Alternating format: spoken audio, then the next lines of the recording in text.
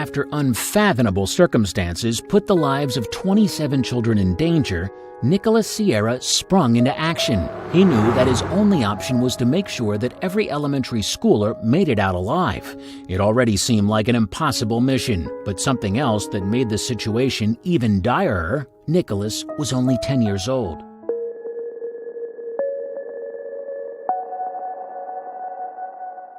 It was 85 degrees in Tampa, Florida, and Nicholas and his peers were gathered outside Mary E. Bryant Elementary School, waiting in the blistering heat for their bus home. Nicholas adjusted the electric green safety belt slung over his shoulder, which reflected the fluorescent afternoon light.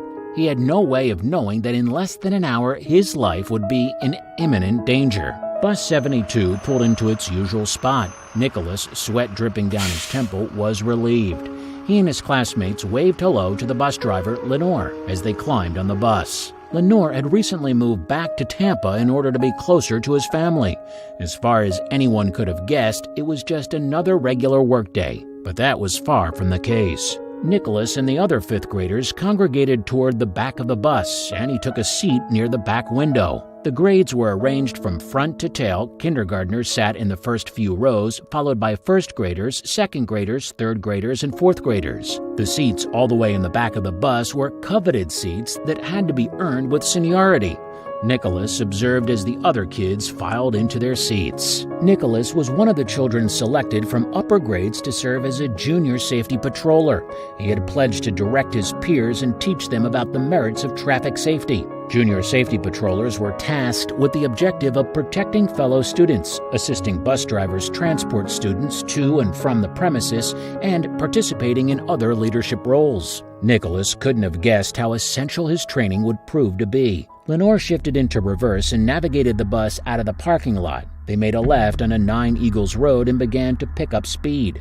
Outside, palm trees rushed past. Nicholas felt his eyes beginning to grow heavy. For over 2 decades, the Hillsborough County school buses had been Mary E. Bryant Elementary's only method of transportation. Lenore had recently returned to Tampa after a stretch in Washington, D.C. At the time, the 64-year-old had only been a bus driver for 1 week. The bus cruised down 9 Eagles Road. Lenore couldn't hear much over the cacophony of the children conversating with one another, but Nicholas was jolted awake by a noise that sounded like metal on metal. It was coming from the floor beneath his feet.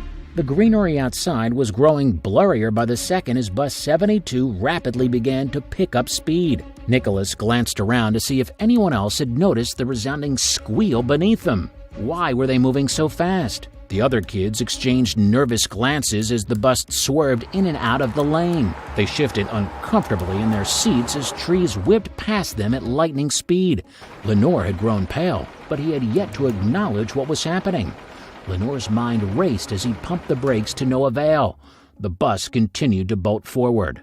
The younger children had burst into tears while others were shrieking with terror. The bus was a chaotic frenzy of fear and adrenaline.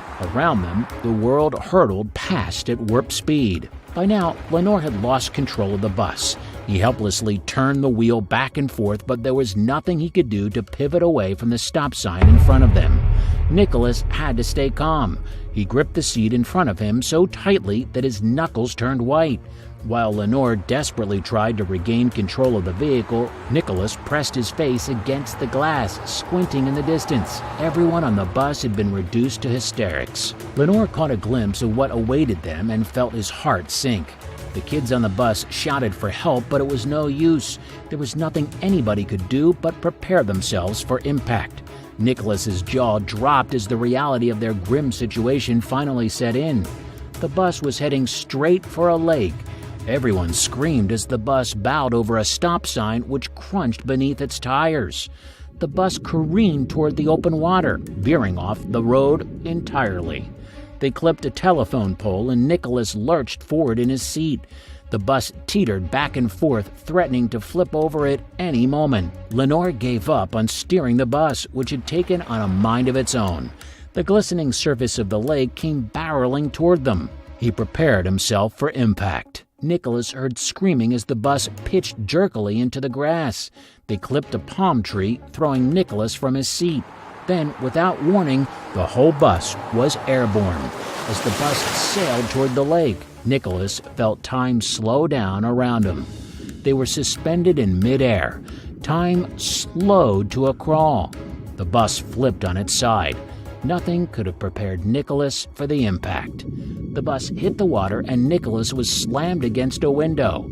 Waves rose around them. The children were tossed from their seats, wailing with distress. All the air felt like it had left the lungs with one swift punch. Nicholas had no time to gather his bearings. The bus was slowly sinking into the water, and he knew that not everyone on board had the ability to swim. Nicholas's brain went into overdrive as the bus began to fill with water from the lake. Nicholas's head was throbbing from when he smacked it on the glass, but he knew that this was his only chance to get everyone to safety. He waded toward the front of the bus to help the younger children first, since they were less likely to stay afloat on their own. He had no idea that the water was only the beginning of the danger they would face. Nicholas made his way toward the front of the bus, but now water was almost knee-deep. He picked up a crying kindergartner, who wrapped her arms around his neck as tightly as she could. He lifted her up and helped her climb through an open window. In only a matter of moments, Nicholas would come face to face with his worst nightmare. The young girl clung to Nicholas as he hurried them both toward the shore. By the time he had finally managed to deposit the girl on dry land, he was out of breath. Nicholas looked back toward the lake and saw something that made him freeze in his tracks. Alligators and crocodiles were two of the most common species in Florida. Nicholas had grown up in the area and frequently saw the deadly creatures slithering in and out of the water. He knew that alligator bites were more likely to occur in the water than on land. Nicholas's heart was racing. The older kids had freed themselves from the sinking bus and were swimming in droves toward the shore. But the younger children were hardly able to keep their heads above water. Nicholas knew he needed to act fast. He realized that one person in particular hadn't made it off the bus, Lenore. Nicholas took a deep breath, prepared himself, and dove headfirst back into the lake. In the chaos, nobody had noticed the alligator who was lingering a few dozen feet away. If he pointed out that they were in real danger, chaos would ensue and people might get left behind. Aside from Lenore, a number of first and second grade children were still stuck on the bus, which was steadily filling with water. Nicholas swam back toward the overturned vehicle. He grabbed a first grader and a second grader climbed onto his back. Nicholas wasn't much larger than either of them, but the adrenaline afforded him extra strength. Lenore was still on the bus. He was helping to free children from their waterlogged backpacks and send them back to dry land, determined to make sure each and every kid made it off the bus safely. When it seemed like every elementary schooler had made it to shore in one piece, Lenore prepared himself for the short swim. He had almost touched land when he saw the shimmering green tail of an alligator reflecting in the sunlight.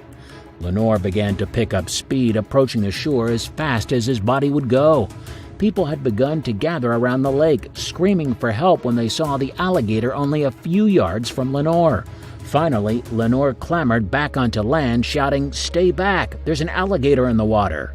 He motioned for children and spectators to get out of the area as quickly as they could.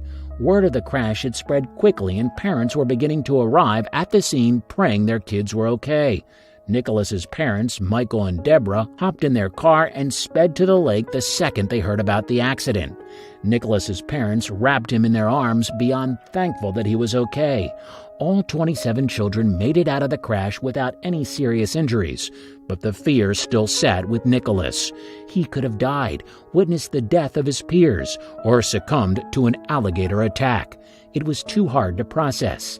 When Nicholas got home, he showered, changed into dry clothing, and watched the news. They were playing footage of the remains of Bus 72 being pulled from the lake. "Right when we hit the water, I felt like I was in a dream," Nicholas told his parents. Both Nicholas and Lenore were hailed heroes after the incident. Although it was one of the most harrowing things that had ever happened to either of them, everyone thankfully came out safely on the other side.